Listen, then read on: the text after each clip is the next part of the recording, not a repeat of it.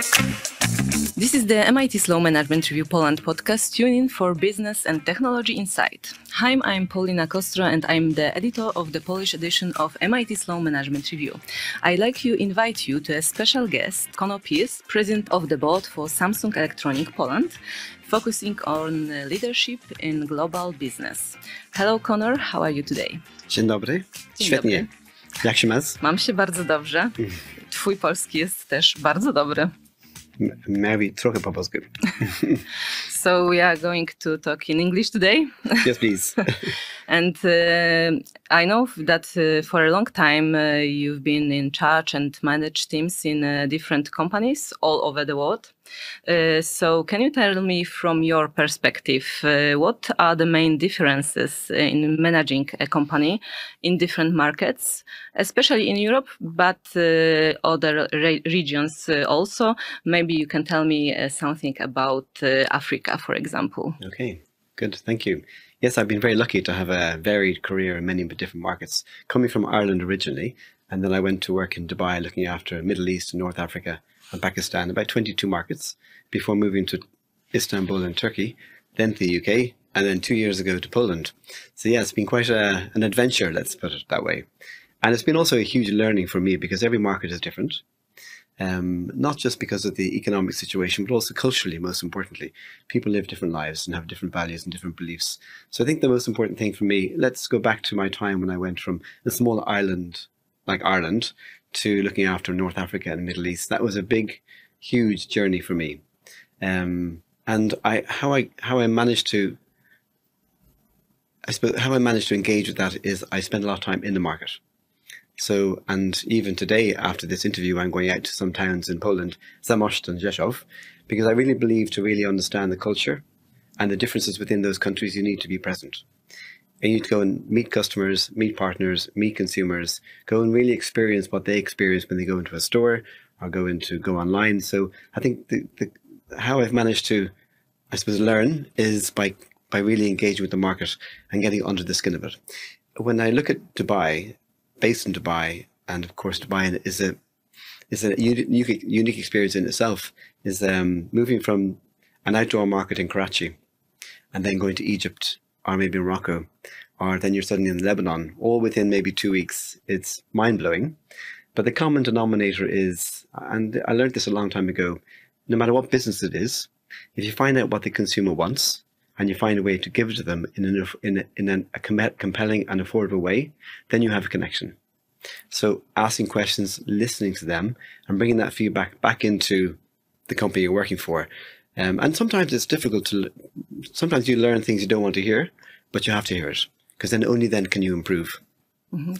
So you're talking a lot with people, but the people in your work are also the people you met on the street, on the shop.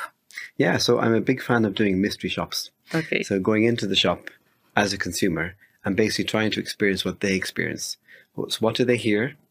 What do they feel? What do they see when they're looking for a new smartphone or a laptop or some earbuds or whatever they're looking for? So if I don't get that same experience, then, because that's what we're trying to do, we're trying to make a really exciting, compelling experience in the store for them to want to buy what we're selling. And sometimes you learn, it's a hard lesson, because what you hear, feel and see isn't what you want. But only with that experience can you go back into the business and say, listen, what we're doing needs to be improved. So trying to connect the dots between what people see and what we think they see is a big learning. So I think that's the first thing, is really listening to people and understanding what their experience is, and also asking them what they want. Okay. So what did you hear that you not be very pleased about? One of the things in Samsung, and it's great to work in a company like Samsung because they're always leading at the edge of innovation. And we're now we've been launching this new category called the foldable category. And when we launched that, I was working in London at the time, and an amazing experience having a foldable or flip phone. But what we had to really find a way to help people experience that in store. And when it's locked down in a security bracket, you can't really experience it. So what we know now is that when people have that phone in their hands and they experience the new flip phone or a fold phone, they love it. But unless you give them that, You have to release it from the clamp and give them that experience. I think that's just an example of trying to make sure that people have the real life experience rather than one that's clamped in security. Yes. And do you have that one universal strategy that allows you to adapt your company's action to local conditions more easily, more quickly? In all my career, I've always ended up in a challenged place. In every job I've done, it always needed some significant work. So one of the things I adopted was I'll just take, for example, when I was working in Turkey, or even when I came to Samsung UK, which was a difficult time for Samsung, actually in the market at the time. And I recognized that a lot of work needed to be done internally and externally. And I had three ingredients to my plan. The first one is you set direction. Have a very clear common North Star. However far away it is, but have some direction, because if everyone's going off in different directions, you're never going to get anywhere. So everyone needs to understand what the purpose is. Secondly, you need to make sure that the team is fully engaged in that purpose. If there's any naysayers or people who aren't really committed, that's going to be a difficult journey for them, because we need the whole team to be connected and working together to achieve that goal. And the third one is to keep them energized. So as you go through a turnaround, whether it was in Turkey or whether it was in Samsung or previous company I worked with, the most important thing is you keep everyone motivated, energized, and you call that the small successes. And with that, I have a firm belief that anything is possible. When I left the company back in 2004, I left Ireland and went to Dubai. My team gave me a coffee mug. And on the coffee mug was my picture, which it wasn't relevant, but what was relevant was it said there always is a way. So no matter how big the obstacle is, how difficult the situation is, if you have the right people around you with the right belief, with the right talent, with the right purpose and ambition working together, I really believe anything is possible. Okay. Yeah. So you have been the president of the board for Samsung for almost 2 years now, yes? And can you tell me what challenges did you face when you started your leadership role in Poland? Considering the market and business culture. Yeah. And I have to say, I mean, I spent, I think, 7 or 8 years in London working for Samsung UK and Ireland. And I had a very short notice that I was coming to Poland. But and I didn't know much about Poland, to be honest. So I was looking forward to learning the culture and also the country. One thing that didn't surprise me is how difficult the Polish language is. Because I'd heard it was very difficult, but I'm still trying. I do 2 lessons per week, so I'm doing my best, but it's a very difficult language. But apart from the language, and I think the same thing goes to your previous question, how do I really get to understand the country? I do my best to learn the language. When I was in Turkey, I learned Turkish, and I'm doing my best to do the same thing in Poland.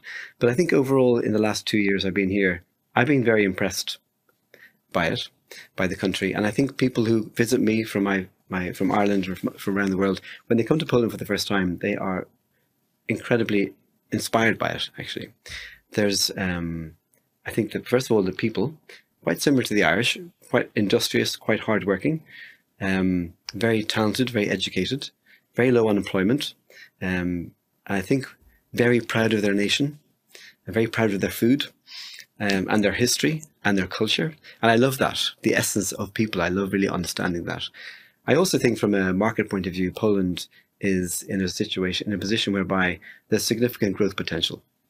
Geopolitically, perhaps, but also just the power of the market in terms of its growth potential, driven by investment in R&D, driven by investment in software. For example, Samsung has its main AI R&D center in Warsaw, and other big tech companies are also investing because the talent available here is extraordinary and unique to other markets.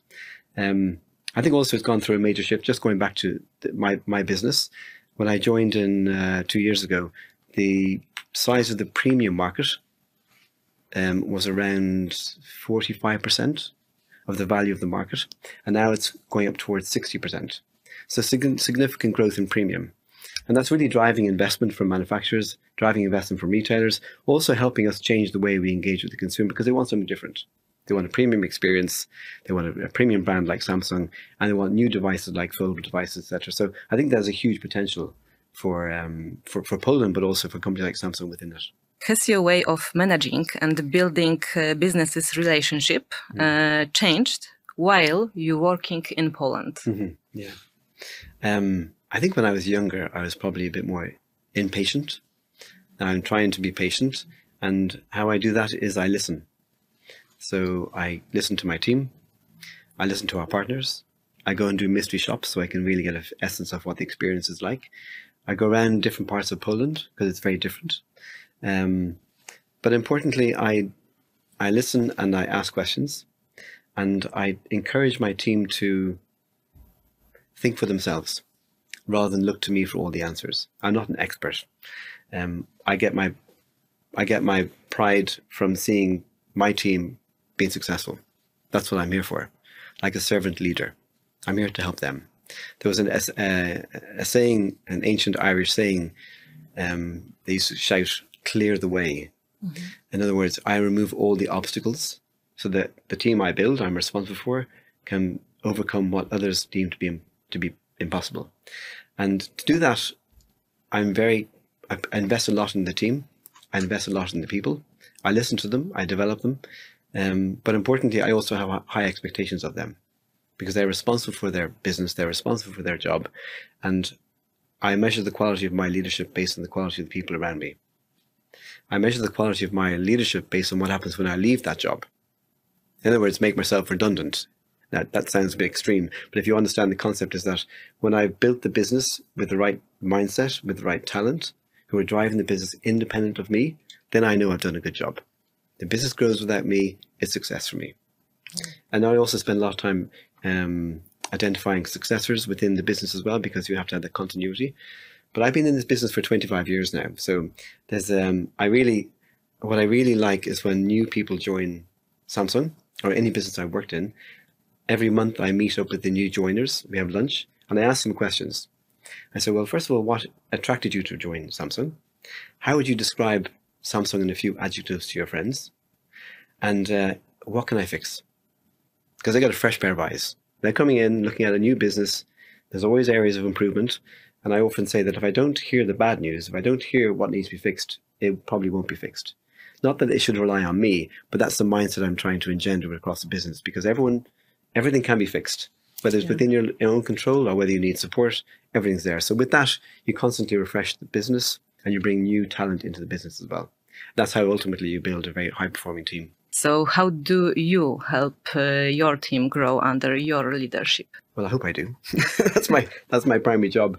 Again, I spend a lot of time with my team, one-to-ones, and also I built a senior leadership team for Samsung and also in previous roles. And I make sure that when they come into the room that they don't come in as their functional business experts. They come in as business leaders. So don't come in here with your logistics hat on, or your sales hat on, or your marketing hat on. You are a leader of this business. Yes, you're an expert in that function, but I need you to think bigger. This is the mindset I'm trying to engender across the leadership team. And I'm very lucky to work with a really high quality, talented team within Samsung Poland. It really is exceptional. And the performance of the Samsung Poland is recognized globally. They are very focused on data, very focused on innovation, very focused on working together. Now, in the last 18 months, one thing that I've been very passionate about, actually, even since I joined Samsung, one of the primary reasons why I joined Samsung back in 2015 was because I saw a company that has an unrivaled and enviable opportunity across multiple categories, from consumer electronics, audio, TV, monitors, to smartphones, to smart things. It's a massive portfolio. And with the likes of smart things, we potentially can create an environment, a one Samsung environment. So for me to achieve that, I need to have a one Samsung mindset. The other element that I'm focusing on, I read a book last year called Turn the Ship Around. And it was basically moving from a leader-follower style to a leader-leader style. Now, I'm not going to bore you with all the detail, but ultimately, one thing that I recognize in my career, not necessarily just in Samsung, large companies, leaders have followers. Of course, naturally. But what I'm trying to do is build a leader-leader. So hand the authority and decision-making down to those who are closest to the information. Make them feel safe, let them be brave. Of course, they make mistakes, but they do it in a safe environment. And if you have that leader-leader approach, ultimately, everyone's much more engaged. They feel much more motivated and they're learning on the job. So that's what I'm trying to, just in the last few months, we started this Leader Academy within my SLT, also across the wider business, because I want to empower those who are accountable for the business to make decisions. You are a former member of the Irish national swimming team and a mountain enthusiast. So am I, not the swimming part, but I love mountains. So how does your sports experience, like swimming, affect how you make a business decision? Yeah, it was a long time ago when I was swimming now, by the way. I don't know that I went to the Irish national team, but I was in the university national team. I misspent youth maybe in the pool 6 hours a day for months and years, but I enjoyed it. But it did give me this competitive edge. And of course, like yourself, I'm a big enthusiast to climb mountains. My father used to say, you should hike more and worry less. In the mountains, you're free. In the mountains, there's no hierarchy. It's just you and nature, and it's very, very inspiring place to be. And since many years ago, under Samsung's umbrella of do what you can't mindset, which is something I really believe in, impossible is nothing, is every year I have an expedition. In the first 6 months, I think it was March last year, we went up Monk's Peak in the Tatras Mountains, which was very challenging. Yeah. And then in the summertime, I led an expedition of 12 people within Samsung Poland up Mount Rissa. And I think late last year we did a mountain biking expedition, and just in 2 weeks' time we're off to do the Baltic Sailing Challenge. So all under the Do What You Can't expedition, and also for raising money for Polish charities. Now, whilst that's a nice adventure, there's a method to my madness, and that is people have to apply. They have to do a 1-minute video that only I ever see.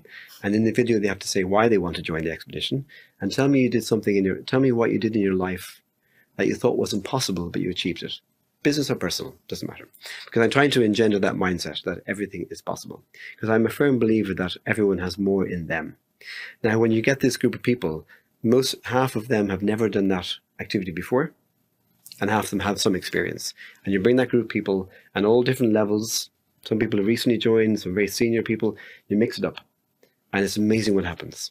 Because that bond, that extreme challenge that they face, they're very uncomfortable, but they end up working together. And you build this united force within the team to overcome the impossible. And my biggest moment of pride is when I see them all on the summit of Rissa, or in the mountains, mountain biking.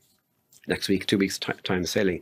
That spirit I'm trying to invoke within Samsung, when they come back, they have a new energy. Mm-hmm. They have a new belief in themselves, a new confidence, and this spreads. So while it's only one particular event, it's what I'm trying to engender within the team. And of course, I'm lucky because I get to climb, do my favorite hobby, but also I really watch and inspire. I'm inspired by people. And the important thing is I'm not the leader. I'm one of the group.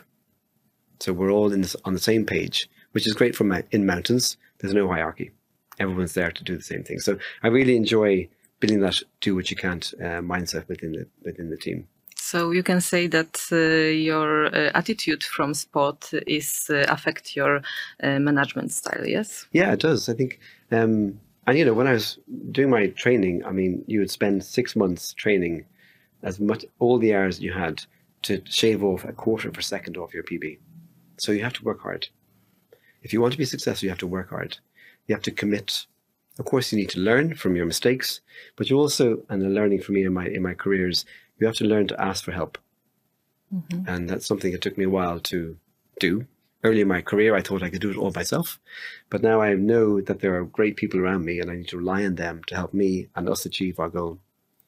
My father used to say to me when I was young, one of my weaknesses, I have many, but one of them was I was probably quite trigger happy. What that means is when someone came to my office with a problem, I'd automatically give the solution without any discussion. Whereas now, over time, I've learned to actually, first of all, come to my office. Okay, I'm glad you identified the problem, but what are you recommending? And how did you get to that recommendation? So ask questions rather than give the solution, because basically you're empowering them, and also they're doing their job.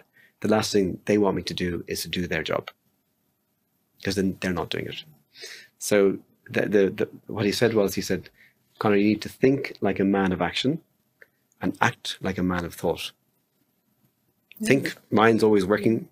I'm buzzing all the time, but don't be the first person to speak, be the last person to speak. And whilst all that's going on in your head, act like a man of thought. Yeah, that's difficult to do, especially in a high, not stress, but a high pressure environment where Samsung is incredibly successful because it's always driving for innovation. So it's a discipline you need to engender within in how you work. Mm-hmm. Can you tell me about the time in your career when your courage was really important for business decisions, and what did you learn from those times? Yeah, as I mentioned before, I seem in my career to be attracted to darkness. When I say darkness, I'm talking about a business that is really suffering. And I enjoy that challenge, going in when it's at its lowest ebb. Like the team have lost their morale, they've lost confidence, the brand is suffering, there's no connection with the market, etc., etc. So I really enjoy that. And it does take courage, because a lot of people would shy away from that. I remember in one particular job that I got it was when I arrived in London in 2011. We were on this burning platform. The brand was on this burning platform, and I was just taking on the business in the UK, and there was about 2,500 people working in the company at the time in the UK, and my job was to untangle ourselves from the past, incredibly powerful brand, and then build a future. So it was difficult because we had 17 rounds of consultations where we had to let go a lot of really good people, very loyal, very devout, and very talented. We had to go through that journey. At the same time, we had to also rebuild a business. It's like having a startup in a multi-billion-dollar brand in London. It took a lot of heavy lifting. It took a lot for me to believe in myself, because you question sometimes, well, this is really hard work and you're building something from scratch. But if you surround yourself with the best people, and they feel safe and they're working together and you're in a startup mentality, anything can be done. So with that took a lot of courage. The other example I may give you is when I came to the UK again in 2015 with Samsung. Again, the Samsung business in the UK was quite challenged at the time, and we had to go through quite a seismic cultural shift, organizational shift, re-engage with ourselves internally, break down all the silos, engage with partners, make sure they understood that we're here to add value to them, not just for us. So a partnership we built. And it took a lot of effort, but it was really motivating to see the team rally behind that. Again, I take no credit for their success. I really don't. I'm here to be the servant to them. But I really am inspired when I see the business grow from nothing to what it became based on their work. Mm-hmm. And you mentioned your father, so I assume you highly value family traditions, and that family holds an important place in your life. So I would like to know what family values do you care most about, and how do they affect your business decision? Yeah, so I came from a typically large Irish family, 6 children. I was the 3rd child, and I think Mum and Dad had a really hard time bringing us up. A rowdy lot we were, but they worked really hard. My father was an entrepreneur. He set up a business in his 50s, a factory in Dublin, which was hard work, and I worked for him for a while as well. And he really engendered, if you put your head down and do good work, don't do half a job, do a proper job. And he also said that don't let work on you. Your job is to work on work. Let me explain that. Don't let work overwhelm you, because once you're overwhelmed, you're in the weeds, then you're not really being able to work properly. So take control of it, which is difficult, of course, because in a high pressure environment, it's easy to get dragged into the weeds. And for my children, of which I have 3 in their early 20s, I've tried with my wife to engender a sense of optimism and curiosity. I think anyone who's optimistic looks at the world in a positive light. Anyone who's curious is brave enough to explore new things, talk to new people, go to different countries, experience new culture, new food, new jobs, whatever it is, because life is so short and goes so fast that the more experiences you have, like there are layers of veneer in your life, I think the richer you'll have the richer your life will be.